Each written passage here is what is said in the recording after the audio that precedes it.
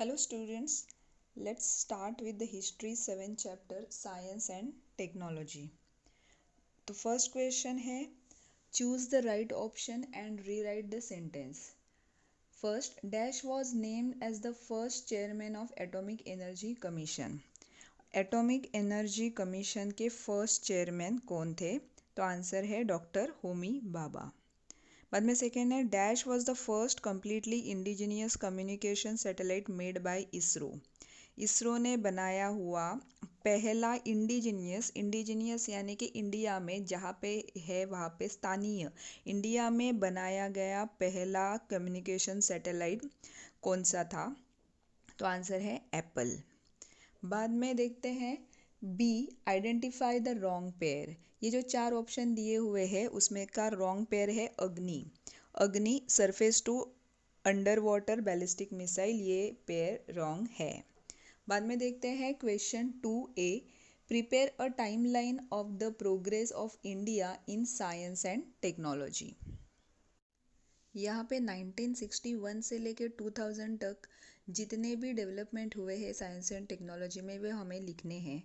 इस चैप्टर में दिए गए डेवलपमेंट का लिस्ट काफ़ी बड़ा है. मैंने सारे डेवलपमेंट एक पेज पे लिखे हैं और आपके लिए रखे हैं.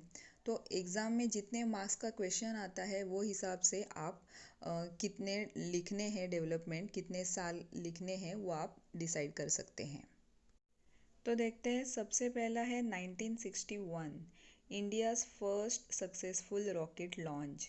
इंडिया का सबसे पहला सक्सेसफुल रॉकेट लॉन्च हुआ 1961 में. बाद में 1963 में है telex service started. Telex service 1963 में स्टार्ट हुआ. बाद में 1967 में domestic satellite communication earth station was established. Domestic यानी कि कंट्री के अंदर, देश के अंदर domestic satellite communication earth station was established. बाद में है 1969 ISRO establish. ISRO Indian space research organisation was established in 1969. 1969 में 3 डेवलपमेंट हुए हैं. सेकेंड है indigenously build rocket Rohini 75 was launched. तो जो रॉकेट है रोहिणी 75 जिसका नाम है वो लॉन्च हुआ और वो इंडिजीनियसली बिल्ड था. मतलब हमारे इंडिया में किसी भी फॉरेन कंट्री की हेल्प लिए बिना बनाया गया ये रॉकेट था रोहिणी 75 और वो लॉन्च किया गया 69 में. थर्ड है atomic power station was set up at Tarapur. Tarapur में एटॉमिक पावर स्टेशन सेटअप किया गया 1969 में. बाद में आता है 1972. 1972 में फिर से एक बार 2 डेवलपमेंट हुए हैं. एक है 6 digit pin code system started. 6 digit pin code system पहले नहीं था, वो 1972 में स्टार्ट हो गया. बाद में सेकेंड डेवलपमेंट है overseas communication service was establish. Overseas यानी कि एक कंट्री से लेके दूसरे कंट्री तक का कम्युनिकेशन का सर्विस जो है वो इस्टेब्लिश हो गया 1972 में. बाद में है 1974 first nuclear test at Pokhran. Pokhran में राजस्थान के पोखरण में पहला न्यूक्लियर टेस्ट हुआ. और सेकेंड डेवलपमेंट है ONGC started digging an oil well in Bombay High by drill ship called Sagar Samrat. ये सागर सम्राट नाम का जो ड्रिल शिप है उसका हेल्प लेके बॉम्बे हाई में ONGC का फुल फॉर्म है oil and natural gas commission started digging oil well. Oil का वेल डिग करने के लिए बॉम्बे हाई में शुरुआत की गई ड्रिल शिप के मदद से. सागर सम्राट नाम की ड्रिल शिप थी. बाद में है 1976. 1976 में ISD telephone services started to connect Mumbai and London directly on phone. Mumbai से लंदन में डायरेक्टली कॉल लगाने का service ISD telephone service start हुआ 1976 में. बाद में 1979 Bhaskar 1 satellite launch. Satellite Bhaskar 1 launch किया गया 1979 में. 1981 में completely indigenously built satellite Apple was launched.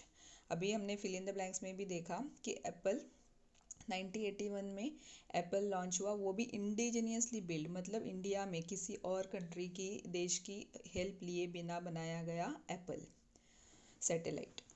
बाद में है 1980 और 1981 में और एक डेवलपमेंट हुआ है, भास्कर 2 सैटेलाइट लॉन्च। भास्कर 1 हुआ था 79 में और 81 में भास्कर 2 सैटेलाइट लॉन्च किया गया। बाद में है 1983 satellite INSAT 1B was launch. Satellite INSAT 1B launch किया गया 1983 में। बाद में है 1985 nuclear reactor Dhruv was started at Trombay. Trombay Mumbai के नज़दीक है, वहाँ पे न्यूक्लियर रिएक्टर ध्रुव नाम का न्यूक्लियर रिएक्टर स्टार्ट किया गया। बाद में 1986 में speed post service was started. Speed post service start किया 1986 में। 1987 में NPCIL was set up to generate electricity from atomic energy। ये NPCIL नाम का जो कंपनी है, उन्होंने एटॉमिक एनर्जी से इलेक्ट्रिसिटी जनरेट करने का सेटअप कर दिया। बाद में है 1988 missile Prithvi successfully tested. Missile Prithvi successfully tested in 1988 और तुरंत अगले साल 1989 में अग्नि मिसाइल भी सक्सेसफुली टेस्ट किया गया। बाद में 1990 में missile Akash was developed to fire from land into air. Land से एयर में फायर करने के लिए मिसाइल आकाश डेवलप किया गया 1990 में। बाद में mobile phone service started in 1994।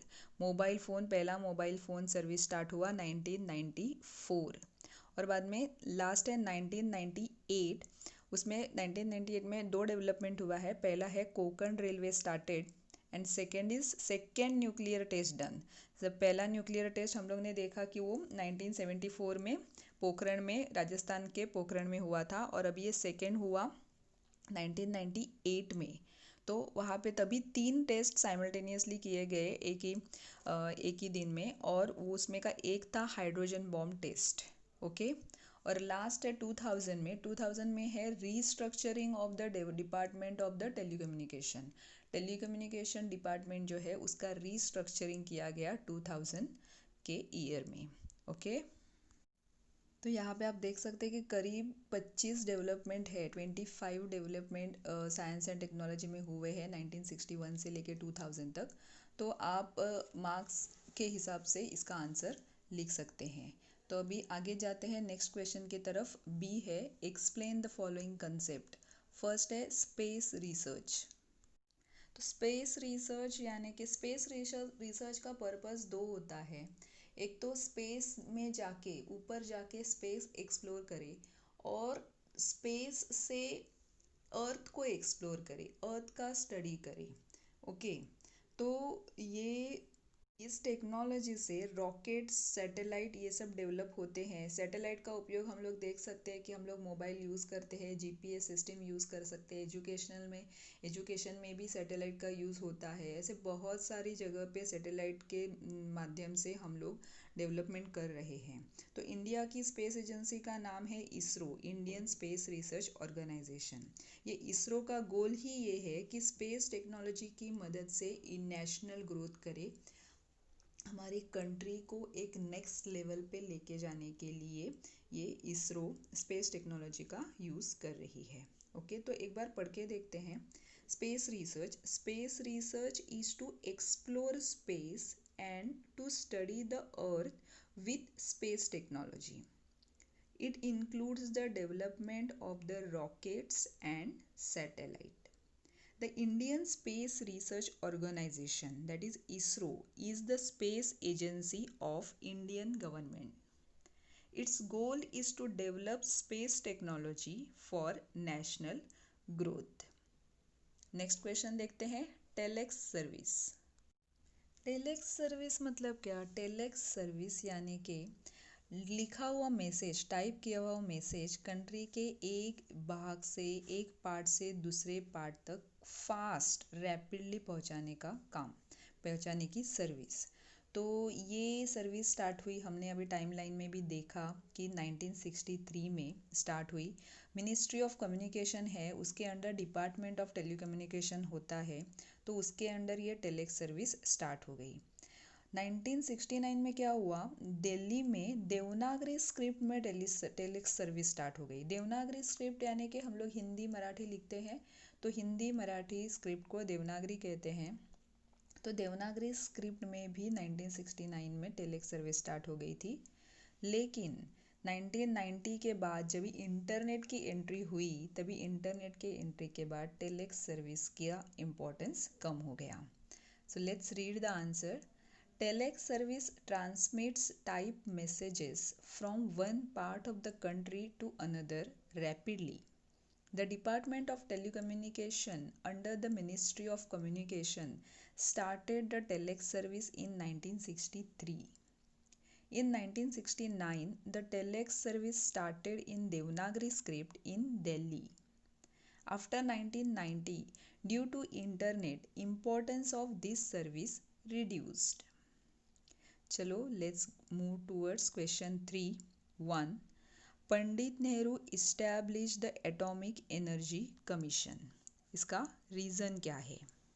That means Pandit Nehru ji ने एटॉमिक एनर्जी कमीशन स्थापित किया। उसका कारण यह है कि हमारे प्राइम मिनिस्टर जो है, first prime minister Pandit Jawaharlal Nehru, वो चाहते थे कि देश में एक वैज्ञानिक दृष्टिकोण निर्माण हो, देश की प्रगति हो, लेकिन देश की प्रगति साध्य साइंस और टेक्नोलॉजी से होनी चाहिए। वो चाहते थे कि जो खाना हम खाते हैं, जो फूड ग्रेन पैदा करते हैं, उत्पन्न करते हैं, उसका उत्पादन करते हैं, वो भी साइंटिफिक तरीके से हो, उसमें भी कुछ साइंस आना चाहिए। हम जो इलेक्ट्रिसिटी तैयार करते हैं, प्रोड्यूस करते हैं, उसमें वो एटॉमिक एनर्जी से बने। हम नैनो टेक्नोलॉजी डेवलप करें, हाँ, ये सब हमारे देश में होना चाहिए। ये सब सारी तरक्की करने के लिए, एक साइंटिफिक माइंडसेट पैदा करने के लिए उन्होंने एटॉमिक एनर्जी कमीशन की स्थापना की। तो let's go for the answer. India's first prime minister Pandit Jawaharlal Nehru wanted to nurture a scientific temper. He wanted to bring about nation's progress by making use of science and technology, that is, to produce electricity by atomic energy, develop nanotechnology, and increase the durable yield of food grains. And therefore, this is the reason Pandit Nehru established the Atomic Energy Commission. Next question is India decided to conduct nuclear test. India ने nuclear test करने का फैसला किया। इसके 2-3 कारण हैं। पहला महत्वपूर्ण कारण है कि हमारी नेबरिंग कंट्री चाइना और पाकिस्तान। चाइना तो पहले से ही न्यूक्लियर पावर में कैपेबल यानी कि सुसज्ज था, और पाकिस्तान लगातार कोशिश कर रहा था चाइना से न्यूक्लियर वेपन लेने की। ये महत्वपूर्ण कारण के अलावा देश में शांति बनाए रखना और देश की स्वयं पूर्णता के लिए भी हमें न्यूक्लियर टेस्ट करवाने थे। ओके, सो आंसर देखते हैं। The reason behind India's nuclear test was China's nuclear capability and Pakistan's desperate efforts to acquire nuclear weapons with China's help. Also, objective behind India's nuclear test was using nuclear energy for peaceful purposes and for self-sufficiency. Therefore, India decided to conduct nuclear test. Third question है, USA imposed economic sanctions on India. USA ने यानी America ने India पे economic यानी कि आर्थिक penalty, आर्थिक punishment लगाई। इसका कारण ये है कि इंडिया ने अपना सेकेंड न्यूक्लियर टेस्ट 1998 में करवाया अपनी न्यूक्लियर सज्जता साबित करने के लिए। उसी दिन 3 टेस्ट करवाए गए और उसमें एक टेस्ट थी हाइड्रोजन बॉम्ब। ये टेस्ट करवाने के बाद भारत न्यूक्लियर पावर डेवलप करने वाले कंट्रियों के रैंक में, पंक्ति में जाके बैठ गया। तभी के पंतप्रधान अटल बिहारी वाजपेयी ने सब बाकी के कंट्रीज़ को आश्वस्त किया कि ऐसा होते हुए भी हमारी कंट्री न्यूक्लियर में सज्ज होते हुए भी अगर दूसरी कंट्री पहले न्यूक्लियर वेपन्स का इस्तेमाल करती है वॉर के टाइम या फिर कभी भी, तो ही हम लोग यूज़ करेंगे। हम कभी भी पहले फर्स्ट न्यूक्लियर वेपन्स का यूज़ नहीं करेंगे। इतना आश्वस्त करने के बावजूद भी इंडिया ने हमारा न्यूक्लियर प्रोग्राम, हमारी न्यूक्लियर प्रगति रोकने के लिए, स्टॉप करने के लिए इकोनॉमिक सैंक्शंस लगाए। So on 11th May 1998, India did its second nuclear test to prove its nuclear preparedness. 3 tests were done on this day. One of them was hydrogen bomb. This made India to join the ranks of the nuclear powers. Here, PM Atal Bihari Vajpayee assured that there would be no first use of nuclear weapons by India. Then also, to stop India's nuclear program, USA imposed economic sanctions on India. Now question 4, write the answers in 25 to 30 words. First, write about Pokhran test, Pokhran nuclear test. Pokhran nuclear test के बारे में short note लिखना है। तो answer देखते हैं। PM Indira Gandhi took decision to carry out a nuclear explosion. उस time की पीएम इंदिरा गांधी जी ने डिसीजन लिया, निर्णय लिया कि न्यूक्लियर एक्सप्लोजन, न्यूक्लियर का विस्फोट हम लोग करेंगे। The location Pokhran was chosen. उसके लिए राजस्थान में जो पोखरण है ये लोकेशन चुना गया। क्यों चुना गया? Because it was far away from human settlement. ये मानवीय वस्ती से, पोखरण जो एरिया है वो मानवीय वस्ती से काफ़ी दूर था, इसके लिए चुना गया। सेकंड कारण क्या है? It had no ground water reserves. कोई पानी में ज़्यादा बहुत बड़ी मात्रा में वाटर के रिजर्व्स नहीं थे, इसके लिए भी ये चुना गया। The first test done on 18 May 1974। पहला टेस्ट किया गया 18 मई 1974 में। क्यों किया गया? For peaceful purposes and attaining self sufficiency. हमने ये टेस्ट किसी युद्ध की तैयारी करने के लिए नहीं की, तो हमने ये टेस्ट इसके लिए की कि हम हमारे देश की तरक्की कर सके। हाँ, इस न्यूक्लियर एक्सप्लोजन का, न्यूक्लियर का उपयोग हम हमारी देश की तरक्की के लिए कर सकते हैं, डिफेंस में इसका उपयोग कर सकते हैं, इसके लिए किया। और सेल्फ सफिशेंसी के लिए, आत्मनिर्भर बनने के लिए, देश को आत्मनिर्भर बनाने के लिए ये टेस्ट करने का उद्देश्य था। The major role played by, इसमें मेजर रोल किसने प्लेड किया? Doctor Homi Sethna, the chairman of Indian atomic energy commission. Indian atomic energy commission के जो चेयरमैन थे डॉक्टर होमी सेठना, उन्होंने मेजर रोल प्ले किया। और doctor Raja Ramanna, the director of BARC, BARC यानी कि Bhabha atomic research centre. So Bhabha atomic research centre के डायरेक्टर जो थे डॉक्टर राजा रामन्ना, इन्होंने मेजर रोल प्ले किया। सो 2 जन थे, डॉक्टर होमी सेठना और doctor Raja Ramanna. The second test done on 11th May 1998 at Pokhran itself। तो सेकेंड टेस्ट भी पोखरण में ही हुआ 11th May 1998 में। तो ये क्यों करवाया? क्योंकि बाकी देशों के मुकाबले, बाकी देश यानी कि कौन से? US है, फ्रांस है, जर्मनी है, चाइना, ये सब न्यूक्लियर पावर में काफ़ी आगे थे। तो ये सब देश के मुकाबले हम भी न्यूक्लियर पावर में सफिशेंट आगे बढ़ रहे हैं, प्रिपेयर हो रहे हैं, ये बताने के लिए सेकेंड टेस्ट करवाया। ये सेकेंड टेस्ट में 3 टेस्ट करवाए गए, और ये 3 में का एक टेस्ट था हाइड्रोजन बॉम्ब। एक्चुअली ये टेस्ट करवाने के बाद US ने हमारे ऊपर इकोनॉमिक सैंक्शन लगवाया, जो हम लोग ने पहले क्वेश्चन में ही देखा है, राइट? ओके, सेकेंड क्वेश्चन देखते हैं। For which sector was Bhaskar one satellite expected to be useful? कौन से सेक्टर के लिए, कौन से फील्ड में भास्कर-1 सैटेलाइट यूजफुल रहेगा? Answer, remote sensing experimental satellite Bhaskar one was launched in 1979। Remote sensing यानी कि कोई भी, रिमोट यानी कि दूर, तो दूर की वस्तु जिससे वो हर चीज़ से कोई ना कोई रेडिएशन रिफ्लेक्ट होते रहते हैं, तो वो रेडिएशन को सेंस करके उसका अभ्यास करना, वो चीज़ के बारे में अभ्यास करना, उसको रिमोट सेंसिंग कहते हैं। तो Bhaskar one satellite remote sensing experimental satellite था, और वो लॉन्च किया गया in 1979। It was launched by India from Soviet Union. ये सैटेलाइट इंडिया का था, लेकिन वो लॉन्च यानी कि भेजा गया कहाँ से? तो रशिया से, सोवियत यूनियन से। For the observation of earth surface by remote sensing technology. Remote sensing technology use करके अर्थ का सरफेस, हमारी पृथ्वी का सरफेस को ऑब्जर्व करने के लिए ये भेजा गया। It is useful for India's development as it will provide information regarding water bodies, mineral deposits and help in forecasting weather। ये इंडिया के तरक्की के लिए, डेवलपमेंट के लिए काफ़ी यूज़फुल साबित होने वाला है, क्योंकि ये हमको किस चीज़ की इन्फॉर्मेशन देने वाला है, तो वाटर बॉडीज़ की, यानी कि कितना जल संग्रह है, किधर है, मिनरल डिपॉजिट यानी कि खनिज संपत्ति हमारे मिनरल्स कहाँ पे छुपे हुए उसके बारे में, और फिर फोरकास्टिंग वेदर यानी कि हवामान की जानकारी भी देने वाला है।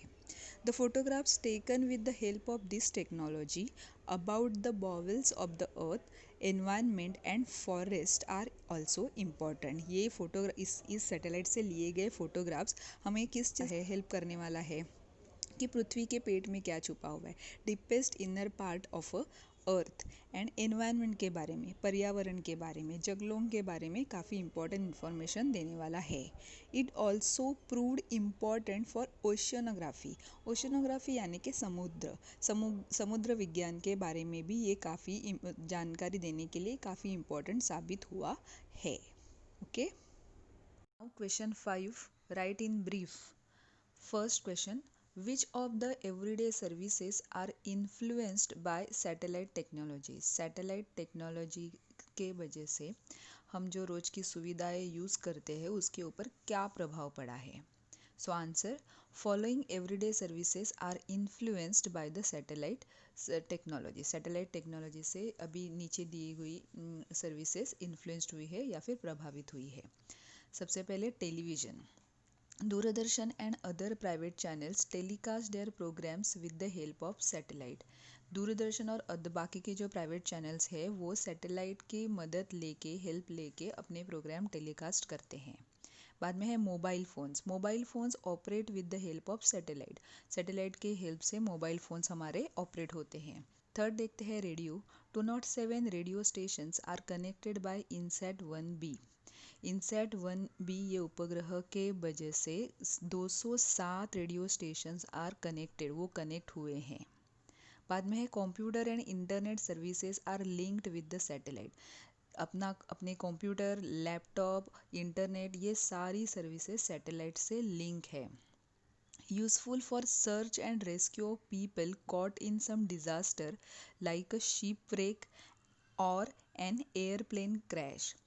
जहाज या विमान की दुर्घटना होती है तभी लोग खो जाते हैं, तो लोगों की खोज करना या फिर उनके बचाव कार्य के लिए भी सैटेलाइट का यूज़ होता है। For forecasting weather to look for and follow cyclones और स्टॉर्म्स।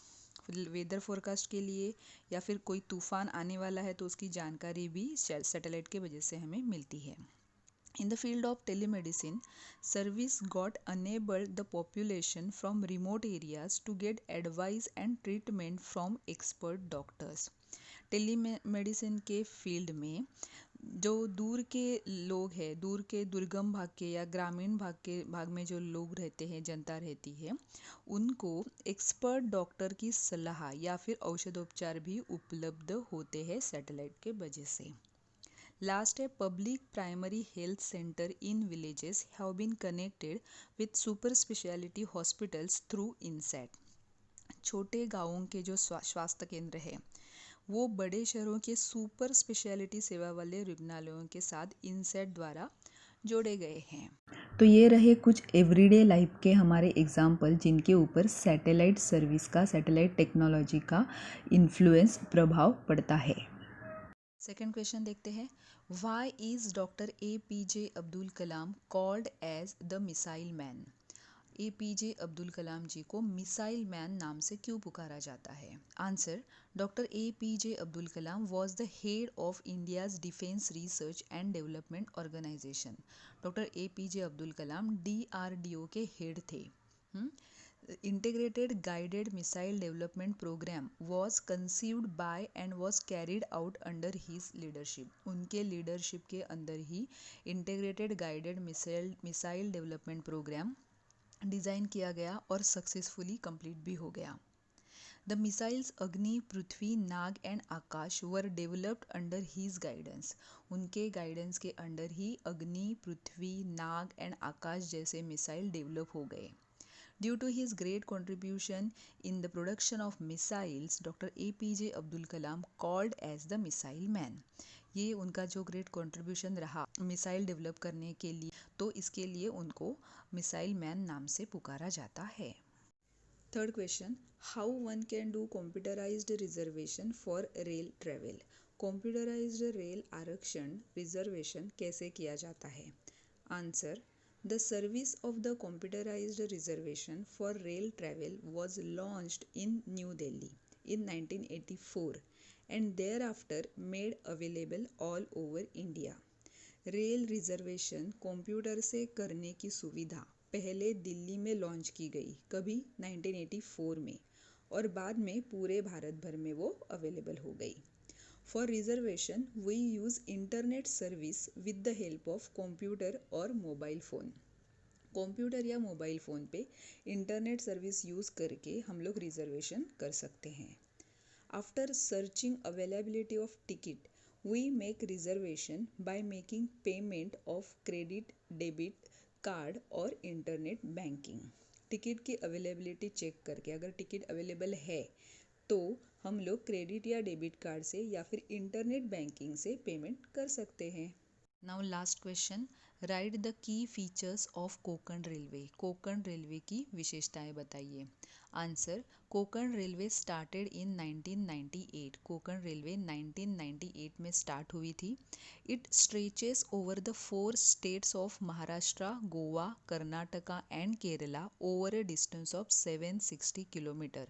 सो कोंकण रेलवे का ट्रैक जो है वो 760 किलोमीटर का है और ये रेलवे करीब 4 स्टेट से गुजरती है, Maharashtra, Goa, Karnataka and Kerala. There are 12 tunnels on this track. इस ट्रैक पे 12 टनल्स है. टनल यानी कि सुरंगे. सुरंगे मराठी में उसको बोगदा बोलते हैं. The 6.5 kilometre tunnels at Karbude is the longest tunnel. Karbude में जो टनल बनाया गया है वो 6.5 किलोमीटर डिस्टेंस का है और वो लॉन्गेस्ट टनल माना जाता है. There are 179 big and 1819 small bridges on this track. इस ट्रैक पे 179 बड़े ब्रिज है और 1819 स्मॉल ब्रिजेस हैं. The 2065.8 meter long bridge on river Sharavati near Honnavar is the biggest. Honnavar के नज़दीक जो शरावती रिवर है उसके ऊपर का जो ब्रिज है वो सबसे बड़ा है और उसकी लंबाई है 2065.8 metre. The 64-meter tall bridge on river Panvel near Ratnagiri is India's tallest bridge. India का जो सबसे टॉल ब्रिज माना जाता है वो है रत्नागिरी की जो पनवल रिवर है उसके ऊपर, वो है 64 मीटर टॉल ऊंचा.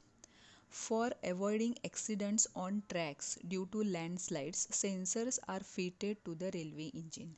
जो लैंडस्लाइड के वजह से एक्सीडेंट होते हैं वो अवॉइड करने के लिए रेलवे इंजन के ऊपर ट्रैक सेंसर्स बिठाए गए हैं. ये सारी विशेषताएं कोंकण रेलवे की. यहाँ पे ये चैप्टर ख़त्म होता है. चैनल को सब्सक्राइब करना है, वीडियो को लाइक करना है और अपने फ्रेंड्स के साथ शेयर भी करना है. Thank you.